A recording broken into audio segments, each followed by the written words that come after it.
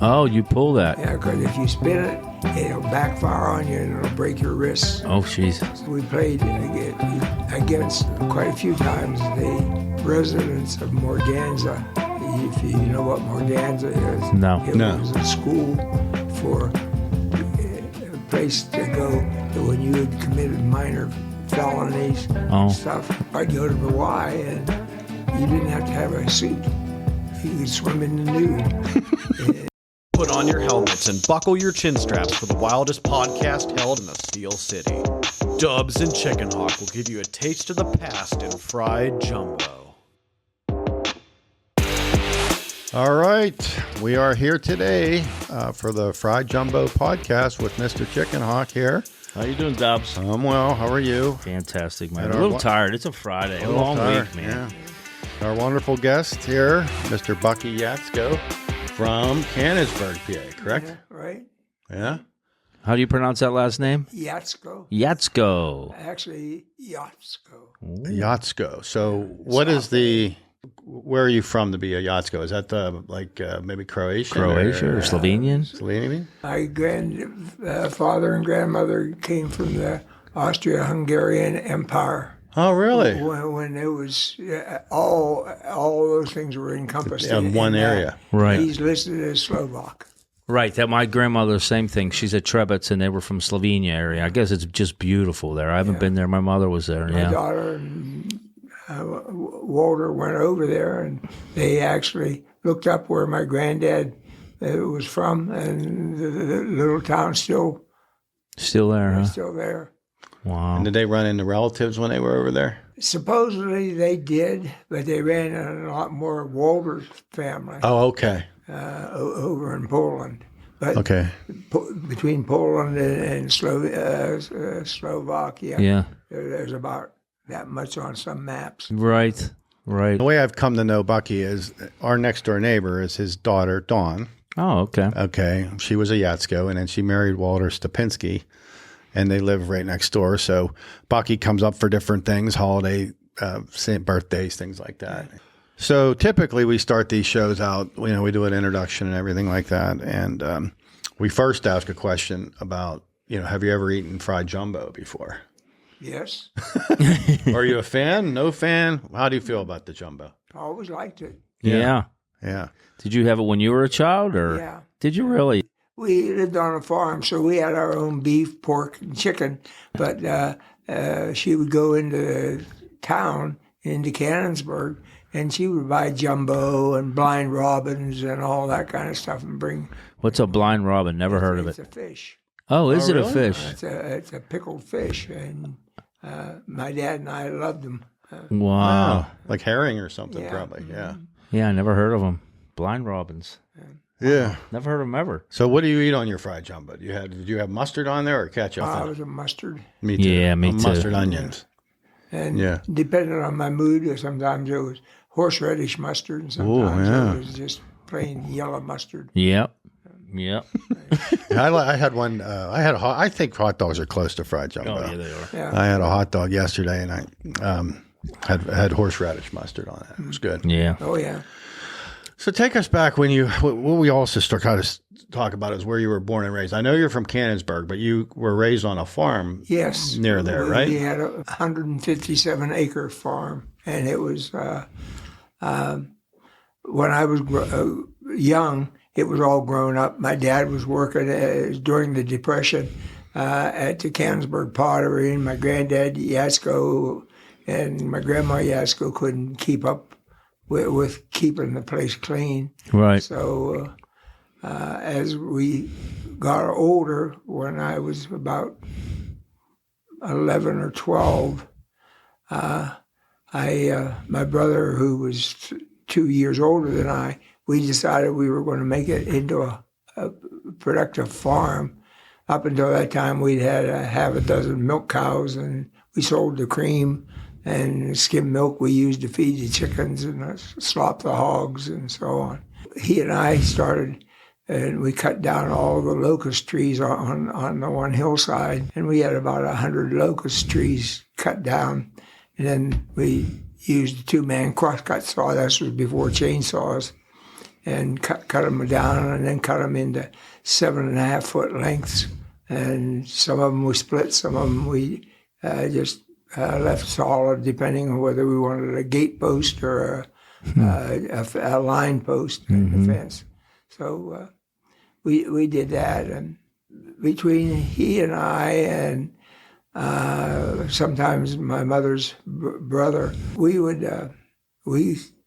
managed to clear off the whole farm and fence in the 157 acres. Wow. Put dividing fences in where we wanted pasture and where we wanted crops and so on. I set a lot of postable. I was going to say that's a lot of work. Yeah. Over 1,000. 1,000. Yeah. Wow. You know, what's interesting is I own some property here in Penn Trafford, right?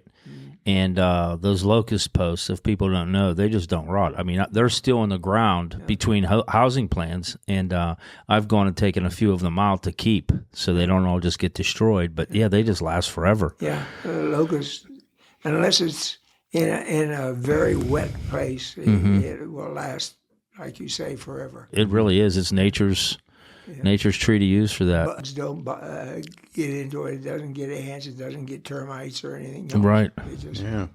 like good wood. Who was telling us? I was on a thing, and they said they would build cabins and stuff out of locust. That's Stuff like that. be a strong cabin.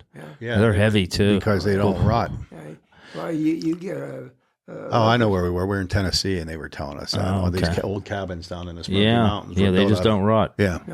No, they basically last as long as As you do. anybody would. And Right. A lot of them outlast the builders and second and third generation owners. And speaking of second and third generation, you spoke of your grandfather. Did he come? Were they the first generation in on that side of your family, or were they?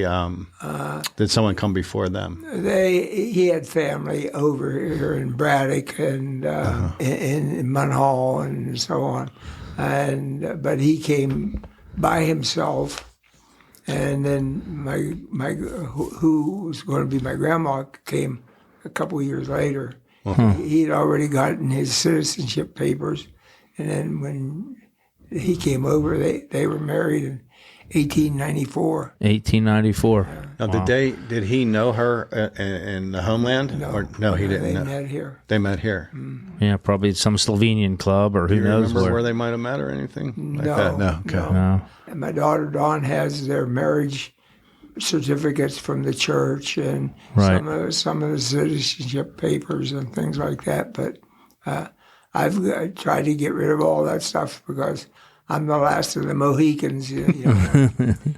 When I'm gone, she's going to inherit it, and then she and my son Tim can fight out about who has what. Yeah, yeah.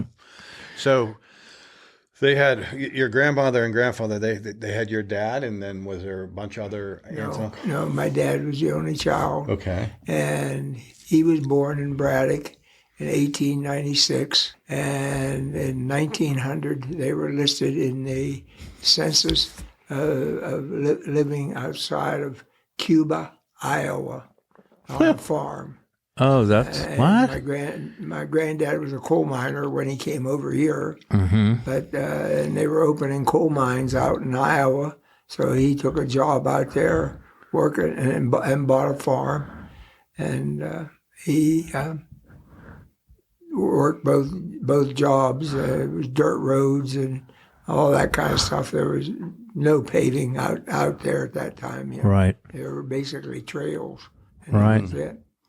And then about 1904, my grandma got a hold of some bad mushrooms, had a stroke, and never spoke again. She could make a sound, and we learned to interpret that sound as to what she wanted by her tone, and she was paralyzed on her left side completely, but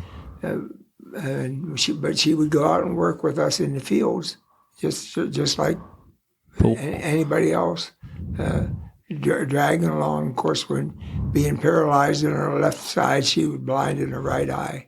So, Wow. but All from mushrooms that they probably found in the wild, huh? No, supposedly some vendor Oh, jeez. came down the road, down the lane, and sold her a box of mushrooms, and they weren't good.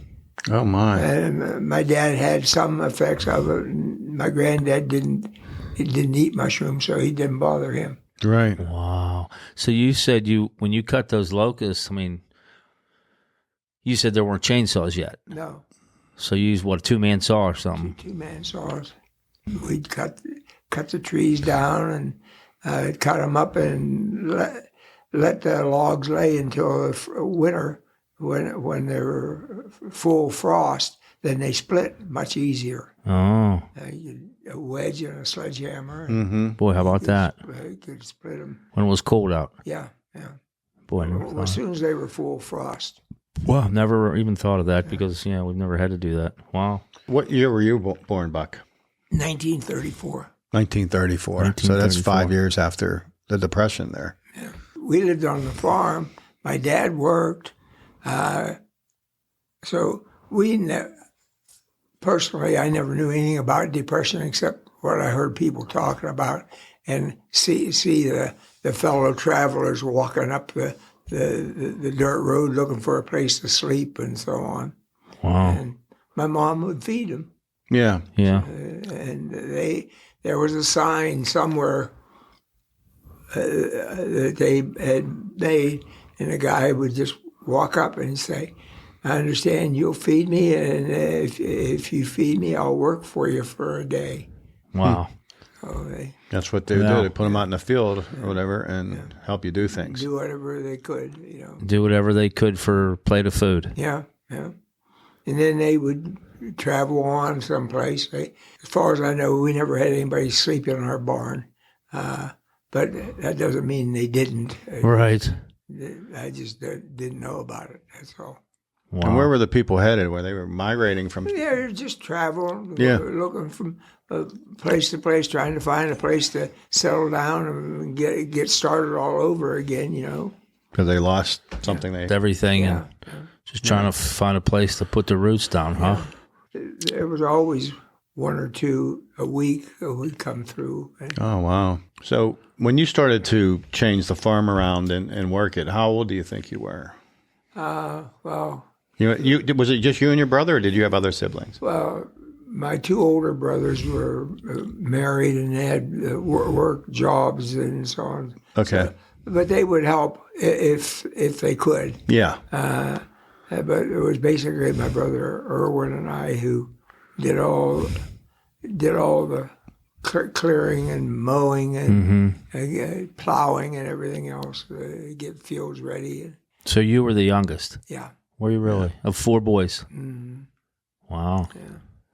And when you did the plowing and things, was there a tractor then, or was it horse, or how did you do that? I remember the horses, but we got rid of the horses in 1939, and we bought a Alice Chalmers tractor. Alice Chalmers, yeah. And a little Model B had a crank on the front of it to start it. Yep, And turn it over. We were taught very quickly by my dad how to crank. You don't spin it, you pull it.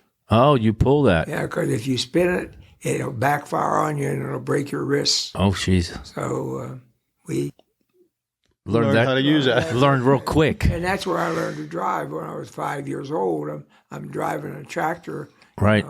but it had hand brakes, and so. Oh, one of those, yeah. Pedals, you had hand brakes. This one would lock the right rear wheel, or this one would lock the left rear wheel to help you turn.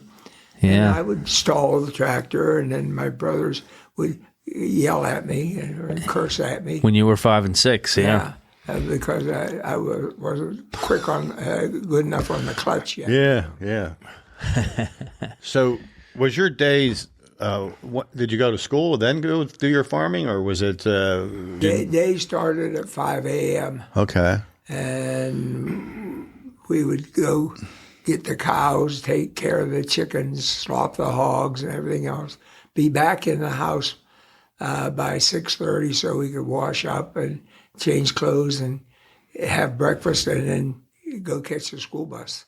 Oh, you had a bus. And I caught a school bus for 12 years. Wow, you actually had buses back then. I didn't know. Yeah. We lived 2.1 miles from the closest school, so we were able to get a school bus that took us to a school that was 5 miles away.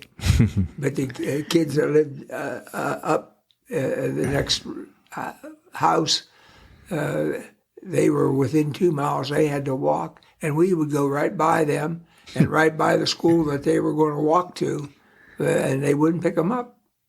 They had to walk every day. 2 miles. Because they were under 2 miles and you were over 2 miles. Mm-hmm. Wow, pretty neat. Yeah. It's interesting. And I can remember the WPA coming through and starting to build our road. Yeah. And they quarried stone out of the hillside behind our house. Every once in a while you'd hear the whistle blow, and that meant they were getting ready to dynamite. Oh. They would drill down into the rock, and then they'd pack it full of dynamite and blow it. And we'd always have to go down in the basement and hide because they actually put stones through the roof of our house. Oh, boy. And it was slate roof, so my dad would have to go up there. They never came to fix them. Oh, no. You had to fix it yourself. Yeah. It was life on a farm, and we worked. We fought. My brothers and I tried to kill each other all the time. When I got big enough, when I was little, they just called me a brat. And but as I got bigger, then we would fight. And that's what boys did. Yeah. So we did. Yeah. Wow. And people would look at us and think they're going to kill each other. But no, we were just brothers. Just brothers, and we were.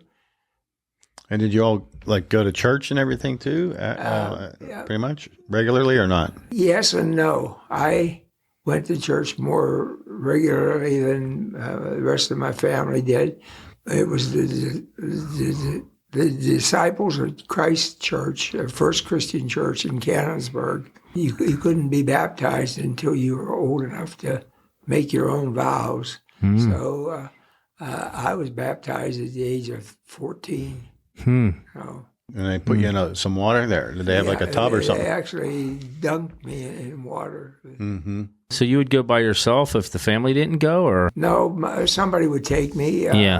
My mother would go quite often, but there were lots of days that they would take me, and then I could walk home, or I'd wait there for them, and they'd come and pick me up if I wasn't home by 1 o'clock. Yeah. Now, why do you think you went to church, and you just had a connection, or? Yeah.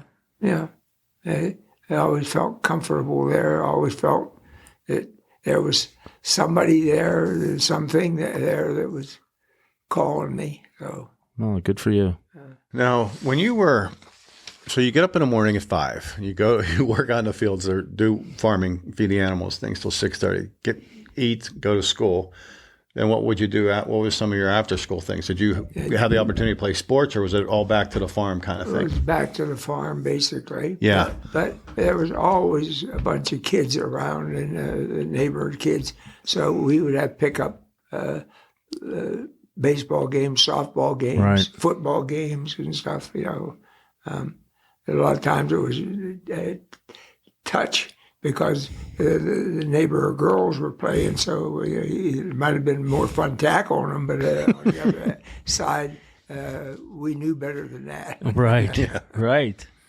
So, we did a lot of neighborhood stuff, too. We talk about that on our show. We did play some sports.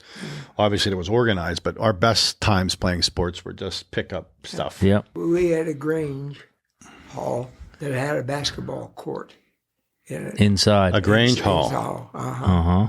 And so we had all the neighbor boys and girls. We formed basketball teams, and we played some of the high school teams around and so on. No kidding. We played against quite a few times the residents of Morganza. If you know what Morganza is. No. It was a school for a place to go when you had committed minor felonies and stuff. There were no murderers there. But, right. there were both boys and girls there, and we would be invited over to play basketball against the boys, and then afterwards they would put the boys back in their rooms, and they would turn the gym, which was a beautiful gym, had a swimming pool and a running track and everything else in it. They would turn it over to us, and we would stay there and play till 11 o'clock. Then we had to get out. Wow. Now, what is a grange hall? What's a definition? A grange was a farmers organization. Oh, It's okay. they're still active, but not nearly as like where FFA or anything? yeah. We played basketball there. We had 2 boys teams and 1 girls team, and of course that was when the girls played the old rules where they couldn't. The guards couldn't come over the center line, and the forwards could travel the whole court, but the guards had to stay behind the center line. I never even knew. I that. never knew that either. Yeah. There weren't many girls that could were what we'd call point guards, Yeah. but. So explain that to me. The guards couldn't go over the center line on defense or offense? On offense, Oh, they can only take it up to half court. half court. Then throw it to forwards or somebody. Yeah. to the center or the forward. Yeah. And they were the only ones playing offense. Yeah. Wow. I never even knew that was how that was. No. Yeah. Yeah. I didn't think it was very fair because the other team could put all 5 of their players back there on defense. Yeah. Then you're playing 3-on-5 basically. Yeah. It wasn't a very high scoring games, were they? No. 15 to 10 and things like that. But, we, Makes sense though, because it would be Yeah. hard to score. the boys' teams, we would run up 50, 60 points in a game Yeah. a lot of times. Wow. Most points I ever scored in a game were 8, but I was a guard and I brought the ball down, and when everybody would drop back, I would just stand there coming to the center line and Shoot it from half court. From half court. one hand, either hand. I couldn't do it two-handed. Oh, so even the boys couldn't get across Oh half? no! Nobody. We could go. We could play the whole thing. Oh. But if the other team had 5 guys back and we had our 2 forwards and our center down there, the other guard and I would work the ball down. And as soon as I'd cross the center line, if everybody was defended, I would just shoot the ball from there. Okay. So girls Look for a couldn't. long rebound. The girls' game was only the half court line. Yeah. The girls' game was only the half court line. Yeah. The girls' guards couldn't go down, but on the boys' team, you could play full court. Right. Okay. Oh, yeah. Wow, I never knew that at all. That is a rule that not many people probably know. No, I never even thought of that. Wow. Where I live at Friendship Village, there are a lot of girls, or women now, Yeah. that remember the days when they half court. Wow. Wonder why. Less physical? They were the genteel. Oh, genteel. Okay. Yeah. They weren't allowed to run, and they'd get hurt and things like that. So Yeah, that's strange. But Things it's have changed changed a lot. Yeah, In 90 for the years, better. 80 Yeah, years, yeah. we wouldn't have Caitlin Clark if things didn't change. No, Yeah, should be that's right. pumping it from the half court line. Yeah, Probably make a few. yeah, she can make a plenty. It seems like. she reminded me of when I was watching her play for Iowa. I thought, that's what I used to do. Shoot it that far. Yeah, just come down, bring the ball down, and get it. And Yeah, they would collapse on the other guys and Yeah. they'd shoot it back to you and you put it up. Yeah. That's kind of how the game's sort of changing now because they don't mind long rebounds now. You know what I mean? Like they want, it's either 3, because now they got 3-point lines Yeah. and stuff. Yeah. Yeah, they want that ball back out there to make that 3-point Corner, shot. yeah. that's definite. Wow. So, you told me one time too about the YMCA or why is it YMCA that people used to swim there without any drawers on and stuff like that. Down when I was in the service down in El Paso, Yeah. on Sunday afternoons, it was bored, so I'd go to the Y, and you didn't have to have a suit. You could swim in the nude. Men and women. No, the just- women had a separate. YWCA. Okay. Oh, I gotcha. And That's weird. yeah, and sometimes they were they were in the same building, but there'd be two swimming pools, one for the women and one for the men. Wow. Who was the president when you were a child? Do you remember when you were little? FDR. FDR. FDR is Well, That's- Hoover in the 30s. went out because FDR came in 34 and or maybe 32. Yeah, I can't remember. 32, yeah, because he was at 36, 40, 44. He did 4 terms, right? Yeah. Yeah. Did he really? He died in his 4th term. Mm-hmm.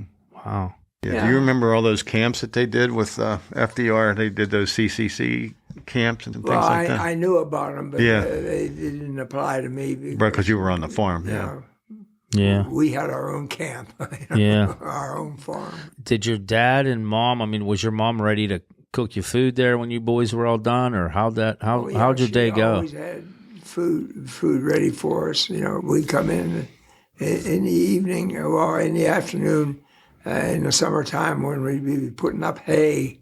I can remember my dad, she might have a beer for my dad, but there was always a big pitcher of lemonade for us, homemade lemonade. Yeah. I can remember the horses, you know, they scared the hell out of me. Oh, yeah? They were big Belgians.